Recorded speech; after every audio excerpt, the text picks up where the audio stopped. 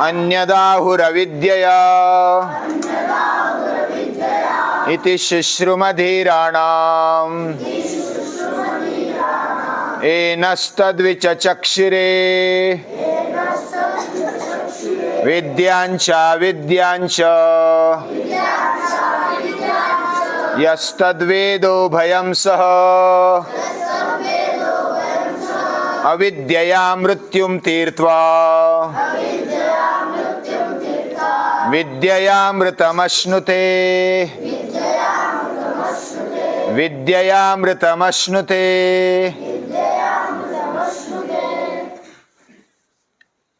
अविद्या और विद्या। अविद्या यानी सकाम कर्म, अविद्या यानी प्रवृत्ति, अविद्या यानी अभ्युदय, विद्या यानी उपासना, विद्या यानी निवृत्ति और विद्या यानी निश्रेयस। ये मुख्य मुख्य अर्थ हमने अभ्यास किया, अभ्यास करने का प्रयत्न किया। जितनी हमारी बुद्धि है उसको चलाना चाहिए और हमारे लेवल तक समझने का प्रयास करना चाहिए हर एक ने।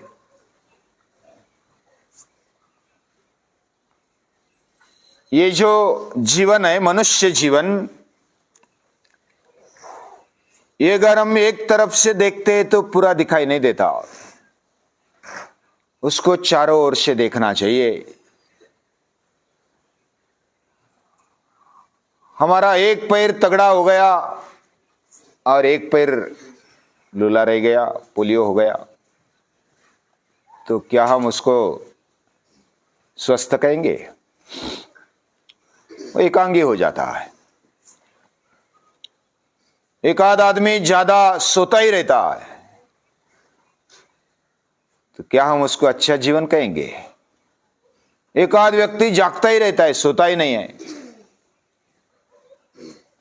तो क्या हम उसको अच्छा जीवन कहेंगे? उसमें संतुलन है। जिस जीवन में संतुलन है वही सच्चा जीवन है। और उपनिषद गीता यही कहना चाहते हैं, विद्यांच विद्यांच यस्तद्वेदो भयं सः। उभय यानी दोनों, अविद्या और विद्या दोनों साथ में चलते हैं। जैसे बैलगाड़ी है, दोनों पहिए समान है, दोनों एक तरह चलते हैं, एक जैसे उसका आकार है, तो वो बराबर चलती है। एक पहिया छोटा मोटा है तो बराबर नहीं चलेगी, उसका बैलेंस नहीं होगा। वैसा हमारा जीवन भी दोनों का संतुलन होना चाहिए। विद्यांच विद्यांच यस्तद्वेदो भयं सः अविद्यया मृत्युम तीर्त्वा विद्यया मृतमश्नुते। हमारे जीवन में भौतिकता का भी उपयोग है, वह उपयुक्त है। उससे हम एक कदम आगे बढ़ते हैं अध्यात्म की ओर, आध्यात्मिकता की ओर। हमारा जन्म मनुष्य बनकर के हुआ और आदर्श मनुष्य जीवन कवि कुलगुरु कालिदास ने रघुवंश में बताया। भारतीय आदर्श सांस्कृतिक जीवन क्या होता है, कैसा होता है? सोहमा जन्म शुद्धा नाम से लेकर के रघुनाम अन्वयम वक्षे, यहां तक अभ्यास करने जैसा है। बचपन में क्या करना चाहिए? शैशवेभ्यस्त विद्यानाम, शैशव जब है तब विद्यानाम अभ्यास, विद्याओं का अभ्यास, बचपन में अभ्यास ब्रह्मचर्य के साथ। यौवने विशेषिणाम, भोग भोगना है तो उसके लिए स्पेशल पर्व रखा है। यौवने विशेषिणाम, विषयों का उपभोग लेते हुए उन विषयों को समाज के लिए, सृष्टि के लिए अर्पित करना, यह गृहस्थाश्रम है। यौवने विशेषिणाम, वार्धक्ये मनिवृत्ति नाम, जब उम्र बढ़ गई तो वानप्रस्थ, वार्धक्य वृद्ध जब बन गए मनिवृत्ति को धारण करना चाहिए। योगे नान्ते तनुत्यजाम, उनका जो शरीर है वह कैसे त्यागते थे, उनको मृत्यु नहीं आती थी, वह स्वयं उसको त्याग देते थे। योगे नान्ते, योग से वह मृत्यु को अपनाते थे। यह बढ़िया जीवन है, मृत्यु को जीतने वाली हमारी संस्कृति है। अविद्या मृत्युम तीर्थवा, अविद्या से हम मृत्यु को पार कर सकते हैं, उससे उसके तर सकते हैं। यानी इस भव सागर को तरने के लिए हमें अविद्या की आवश्यकता है। हमने जन्म लिया तो शरीर है, और शरीर और इंद्रियों के द्वारा, अंतःकरण के द्वारा ही कर्म होता है। कर्म के लिए हमें शरीर चाहिए, शरीर के बिना कर्म नहीं हो सकता। और शरीर है तो कुछ धर्म भी है उसके, और शरीर है तो मानवीय जीवन है।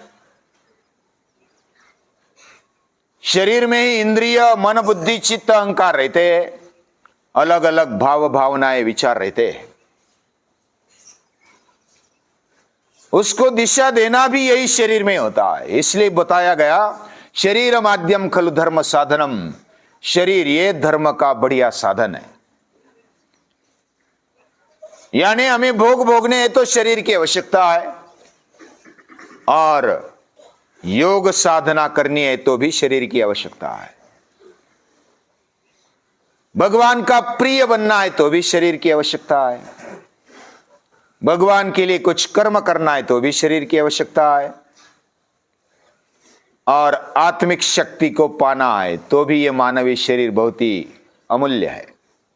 यह चिंतामणि है, इसकी कीमत नहीं हो सकती।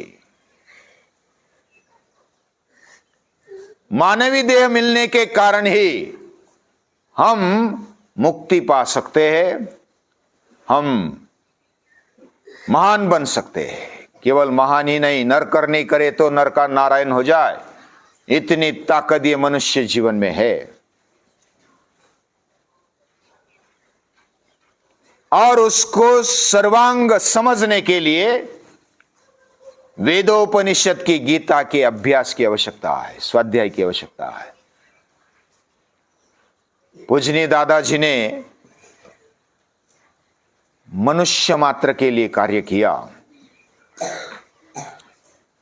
मनुष्य निर्माण होना चाहिए, मनुष्य का गौरव होना चाहिए।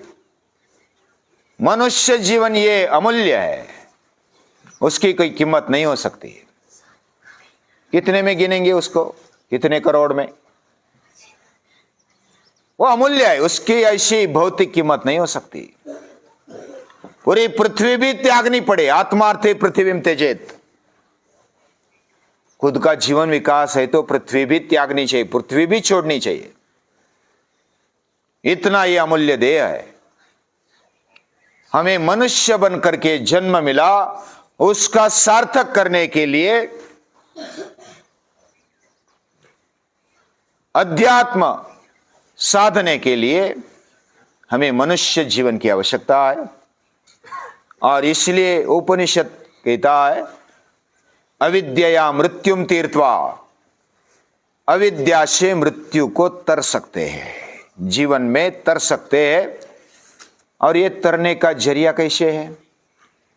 सृष्टि को समझ लो, अपने जीवन को समझ लो, शरीर को समझ लो, एनाटॉमी फिजियोलॉजी का अभ्यास कर लो। हम क्या खाते हैं, बीमार क्यों पड़ते हैं, मृत्यु क्यों आती है, बिना कारण अकाल मृत्यु कब आती है, ये सब अभ्यास करना चाहिए।